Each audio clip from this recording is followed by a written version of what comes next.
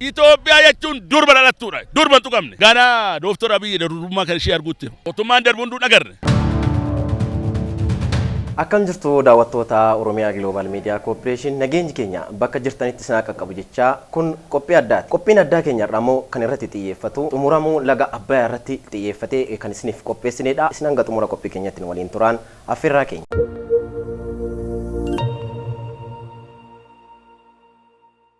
Hayyee daawwattoota keenya egaa injifannoo coba dafqaa fi dhiigan ijaarame yookaan Adawaa lammaffaa jedhamuun kan beekamu hidha laga Abbayyaa irratti egaa ummanni keenya karaalee garaagaraatiin dhaadannoo kana dhaadataatanii jira. Akkuma kaastee egaa hidhi kun egaa waggoota hedduu gama siyaasaatiin, gama ikoonomiitiin, gama wantoota garaagaraatiin keessa darbee as ga'uunsa injifannoo guddaadha kan inni galmeesse. Akkuma kaasteeyyuu injifannoo Adawaa lammaffaadha lagni Abbayyi jedhameeti egaa kan inni maqaan illee kennamee fi miira addaa miira gammachuu tokkummaatiin ummanni kun akkasiitiin gaafa hidha kana waliin ta'ee waluumaatiin gaafa injifannoo akkasii agarsiisu gammachuu guddaadha kan namatti dhagahamu. Akkuma muummichi ministeeraa Dr. Abiyyi guyyaa sana eebba sana irratti argame egaa miira addaa ture kan isaan irratti argaa turre. Egaa yeroo kana arginu immoo wantoota danuu keessa akka darbarree dhufne bara 2003 ture kan inni jalqabe. Baroota sanaatii asitti immoo wantoota hedduu ture taateewwan hedduu ture kan ta'aa ture garuu har'a ragee akkasitti arguun keenya gammachuu guddaadha kan nutti dhagahamu. Egaa akkuma tooyyuu kaastee guyyaa eebba sana irratti bakka keessummoonni biyyattii fi akkasumallee biyyoonni ollaa waamichi taasifamee fi irratti argamanitti muummeen keenya ministeerri Itoophiyaa Dr. Abiyyi Ahmed himimmaan isaanii roobsuudhaan yerootti isaan gammachuu isaanii egaa ibsatan argaatee turre. Kun immoo maal akeeka maal agarsiisa jennee yoo ilaalle biyyattiin kun gaafa hidha laga Abbayyaa hidhuuf eegaltu yaadattoo ta'e yeroon elementarii irra jirru boondii bittaadhaa fi manneen barnoota irratti illee deemamee boondiin garaagaraa gurguramaatti ture. Har'ammoo firiisaa arguun kun gammachuu himimmaan guutame sana yaadannoo sana nutti mul'isaa jechuudha. Piroojeektii tokko eegalanii xumuruudhaaf immoo qarshii yookaan maallaqni barbaachisaadha. Kanaan wal qabatee akka fakkeenyatti yoo fudhanne baankiin addunyaallee yeroo itti liqaa hin kennineeftu jira. Maaliif dhoowwatee maali rakkoon jiru jennee immoo waan muraasa yoo kaasne ta'e tokko rakkoon siyaasaa biyyattii keessa jiru ni jira. Lammata irratti immoo Sudaanii fi cichanii inumaayyuu Sudaanii fi Ijiptii baay'ee holola sobaatiin biyyattiin akka gargaarsa kan hin argamneef yeroo itti cichanii falman argaatee turre. Kun maalinni gufuuwwan kana darbanii injifannoo kana galmeessuun dhugumatti miira baay'ee gammachuu haa ta'uuti gama tokkoon immoo gadda wantoota darba sana gaafa injifattee waan irra geessu milkii guddaadha namatti agarsiisa jechuuf hin sii kaase. Sirriidha egaa nuti waloomnee tokkummaa keenyaatiin egaa bifa akkasiitiin egaa hidhii haaromsaa egaa xumurameeti egaa kan inni jiru. Kanumaan wal qabatee egaa guutummaa Itoophiyaatti akkasumas immoo naannolee garaagaraatti egaa hiriirri deeggarsaarree taasifameeti egaa kan inni jiru. Akkuma kanas immoo egaa as magaalaa Adaamaa akka godina Shawaa Bahaattirree kan inni taasifamee jiru. Deeggarsi kun maal agarsiisa? Maal akeeka? Warra gaggeessitoota muummee ministeera keenyaaf maal akeeka yoo jenne uummanni hooggansa isaa bira jiraachuusaa mul'iftuudha jechuudha. Kanaaf dhaamsi asirratti darbaatti ture ergaa guddaa akkasuma dhaloota eegeree yookaan boruutii fi milkaa'ina gaarii waan gaariitti akka baamu agarsiiftudha jechuudha. Kanaan wal qabatee achitti taateewwan ta'aa turee fi namoonni maal akka jedhanii qophii wayii qopheeffanneeti turre. Mee isaa gamanumaan daawwannee waltaa deemne. Cubbuun nuti goone hin jiru. Wanti goone yoo jiraate qabeenya keenya fayyadamnee hiyyummaa fi booddettafummaa keessaa bahuuf tattaaffii taasisaa turre qofaadha. Biyyoonni gargaraa guddina Itoophiyaatti gammachuu hin qabne garmalee yaaddoo keessa galchee jira. Kanarraa ka'uudhaan hidhaan haaromsa guddicha Itoophiyaa akka gufatu yaalii hunda galeessa ta'e taasisaa turanii jiru. Garuu immoo eebbifnee danda'amummaa waan yaadne milkeessuu Itoophiyaanotaa qabatamaan dhugoomsinee jirra. Dhaloonni kun fi mootummaan badhaadhinnaa keenya hawwii baroota darbaniif abjuu abboota keenyaa milkeessuudhaaf hooggansa tarsiimaa hoogganee humnoota galmoota hidha haaromsaa guddicha Itoophiyaa xumurree eebbisuun gootummaan Itoophiyaa irra deebiidhaan gootummaa keenya mirkaneessinee jirra. Tole ayyoo maqaa keessanii eenyu isiniin jedhu? Maqaan koo Adde Balaayinesh Lammaa kutaa magaalaa Luugoo magaalaa Adaamaa. Amalasa isheetu jedhama magaalaa Adaamaa ganda dirree nagaarraa. Gusee urgeetan jedhama. Abbabaa Taliilaan jedhama.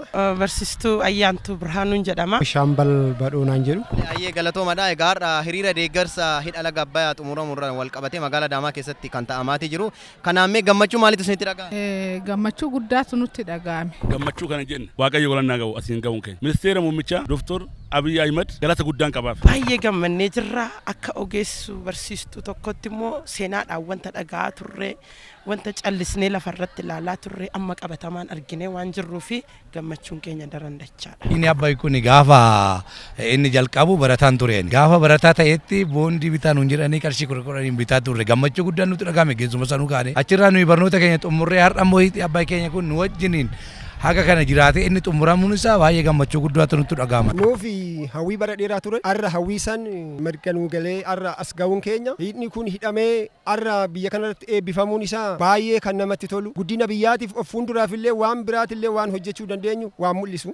Mee hidhi laga Abbayyaa siif maali? Hidha Abbayyaa anaaf lafee dugda kootiti. Tokkummaa keenya lagni Abbayyaa injifannoo keenya injifannoo sabaaf sablamni lammii Itoophiyaati injifannoo diinagdee injifannoo nageenya injifannoo siyaasaa jennee fudhachuun hin danda'amaa jechaadha. Tokko bu'aa eenyummaati. Kan wal gaafachiisan qabne eenyummaa. Eenyummaa jechuun ofiin danda'u, ofiin hojjechuu, ofiin raawwachuu. Kanuma ofiitiin waan ofii hojjechuu. Kanan gargaare, kanan godhe, sanan godhe jedhee namni harka keessaa qabu tokko hin jiru, namni gaaffii kaasus hin jiru. Kun lammiima biyyattiin, dandeettii ogeessa biyyattiin, geggeessaa biyyattiin, hojjetoota ogeessota biyyattiin, ofiima isaa biyyattiif kan raawwatame waan ta'eef kun injifannoo isa guddaati. Biyya kanaan tokko goosisaa jiru iyyuu hidha isaa kana. Hidha Abbayyi kun biyya keenya tokko goosisee akkatti bareechee asitti argamne gammachuu kana ibsachuun keenya iyyuu niif waan guddaadha. Ulaa galaana irratti ergaa maalii qabdi?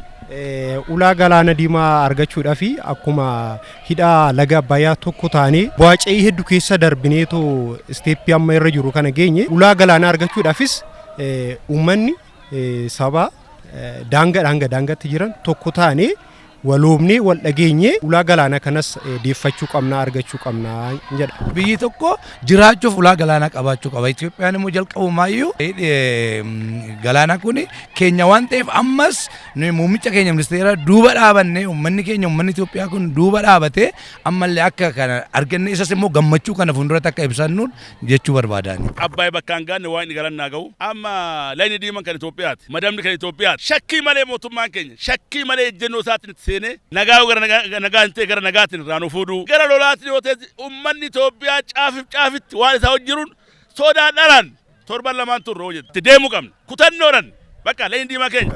Dhimmi ulaa galaanaa kan laga Abbayyiin dhimma sanimmaa sirriitti hin xumurra itti deemna jennee abdii guddaadha qabna. Tokkummaan keenya ammalleen akka itti nuufuuf addaan harcaatiin addaan babbadiisni sun hafee wajjin jiraanne akka hojjenneetoo Itoophiyaa teenya akka guddisnu abdii hawwii guddaa qabna ammalleen. Guyyaa gaafa eebbaa sana Dr. Abiyyi mimmaaniin gammachuu isaanii ibsataa turanii maaltu isinitti dhaga'ame guyyaa sana? Dhugaa Rabbi nan boo'e manan jira nan boo'e seenaa guddaa mootummaan tokko akkatti dhangalaasee imimmaan lamatu iji tokko keessaa bahe takkaa miti imimmaan lama boo'e dhiirri tokko seenaa ta'uu galmaan ga'e keessa isaatti boo'e imimmaan sun imimmaan miti dhiiga boo'e.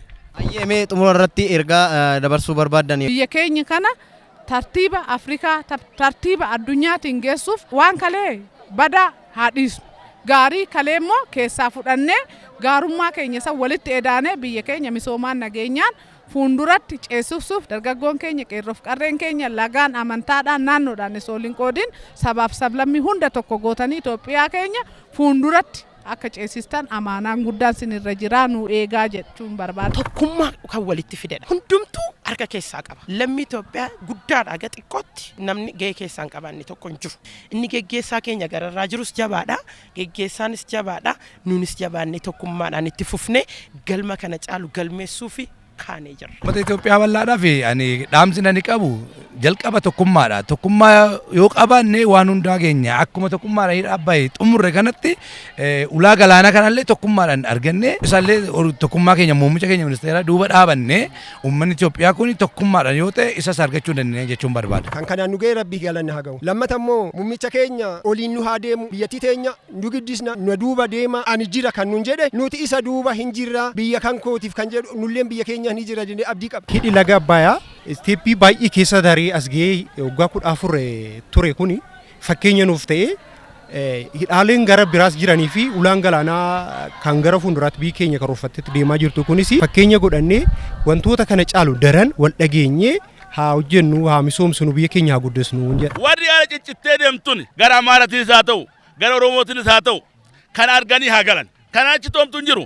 Arguun amanuudha bakka. Itoophiyaa jechuun durba dhalattuudha. Durban tuqamne. Gana Dr. Abiyyi darbumaa kan ishee arguutti. Mootummaan darbuun duun agarre. Koottaadhaa misoomsadhaa harka bal'inaa mootummaa keenya si fudhata. Dachee bal'aa qabna.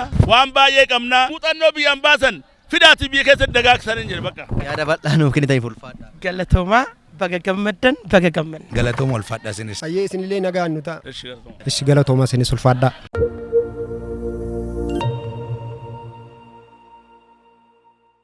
Hayyee daawwattoota keenya egaa qophiin keenya ammayyuu akkuma itti fufetti jira irra deebiidhaan egaa baga gammaddan jechuu barbaada asumaan egaa akkuma daawwataatii dhufne namoonni yaada irraa fuunes immoo yaadni isaan nuuf kennanii yaada baay'ee hijoo fi akkasumallee kana qofa irratti miti daangeffamni Itoophiyaati. Itoophiyaan dhugaa qabdi haqa qabdi mirga waan ofiiti waa fayyadamuun immoo bilisummaadha. Bilisummaa sanarra gonfatteetii jirti kan jedhu yaada uummataati. Dabalataanis wanti isaan kaasanii hulaa galaanaa shiraa fi dabaan Itoophiyaa irratti cufame argachuu qabdi biyyi keenya. Muummee ministeera keenya waliin jirra. Tolaanis haa ta'u karaa biraatis yoo dhufe nuyi keessummeessuudhaaf muummee ministeera keenya waliin ta'uudhaaf qophiidha jechaatii jiru namoonni waliin turtii taasifu. Astii yoo deebine immoo gaa bu'aan hidhi haaromsaa guddichi Itoophiyaa xumuramuunsaa Itoophiyaan immoo bu'aa akkamii qabaa jennee yoo kaasne mee bu'aa akkamii qabaa mee achirratti haa kaasne. Dhugaa dubbachuudhaaf bu'aawwan hedduudha qaba. Isa keessaa waan muraasa yoo laalle fakkeenyaa fi bakka humni ibsaa hin qaqqabnetti qaqqabsiisuu irratti bu'aa danuu qaba. Maaliif si kaase kana yoo jette fakkeenyaaf manneen barnootaa fakkeenya fudhachuu dandeenya. Fayyaa ta'u hospitaalota garaagaraa ta'u iddoo garaagaraatti humni ibsaa bakka hin qaqqabnetti akka qaqqabuuf biyyattiin faayidaa irraa argatti. Gama tokkoon immoo carraa hojii dhabdummaallee ni hir'isa. Maarreegaa gama biraatiin immoo gaa humna ibsaa qofaatu otoo hin ta'in bishaan kun qurxummoolee garaagaraa gama qonnaatiin oomishaalee garaagaraa oomishuu akka danda'amudha kan inni qabu. Dabalataan immoo kabiraa immoo carraa hojii dhabdummaa hin hir'isa. Sababni isaa industiriiwwan hedduun ijaaramuu ni danda'a jechuudha gara fuulduraatti. Akkuma tikaastee immoo gaa biyyoota alaafirree humna ibsaa kana dabarsitee kennite gama kenniteen immoo biyya kanaaf immoo deebistee gaa carraa isheen itti gaa ikoonomii biyyittii gara fuulduraatti gaa gadi hin qabama jedhameeti gaa abdii guddaa kan qabamu. Akka ta'u kaaftee fakkeenyaa fi biyyoonni ollaa kan akka Keeniyaa, Jibuutii, Ijiptimtuyyuu isheen har'a nulultu kun yookaan isheen har'a miidhamne jettee bu'aa jirtu kun iyyuu deebitee kara nagaa yoo filatte ta'e biyya keenyarraa waa wal jijjiirru yookaan waan irraa bu'aa irraa argattu ni jira jechuudha.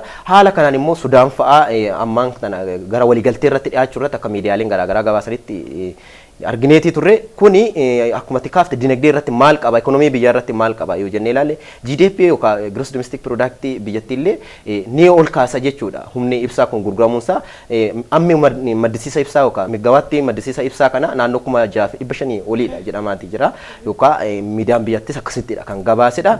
Kanaaf qaala'insa gabaallee ni tasgabbeessaa jechuudha dhugaa dubbachuudha fi akkuma tikaastee yugaa nuti waan hedduu qabna garuu irratti hin hojjetamne kanaafuu tokkummaatiin waloominaatiin hojiiwwan gaarii akkasii hojjechuu hin dandeenya misoomuu dandeenya jijjiiramuu dandeenya Itoophiyaan gara fuulduratti abdii guddaa qabdiidha kan isaan jedhan. Kanaaf inni hundumaa yookaan bu'urri nagaadha waan jedhuuf filannoon nagaa wanti biraan jiru jechuudha. Kanaaf waan danuu irraa baranneeti jira dhugaa dubbachuudhaaf. Kabajamtoota hordoftoota OGMC Media egaa sagantaan hidha haaromsa guddicha laga Abbayin sababeeffachuudhaan qopheessine kana fakkaata ture. Egaa irra deebiidhaan baga gammaddanii baga gammanne jecha qophiin arraaf qabanne kana fakkaata ture. Qophicha qopheessuun isin waliin kan ture ani Boontuu Dastaa fi akkasumas waallikoo Lallisaa Dabbabaati. Gama ogeeyyii kaameraatiin Olaanaa Nagaashii fi Hiyoot Shumii nufaana turte yeroo biraatti deebinee hanga wal arginutti nagaatti nuuf tura.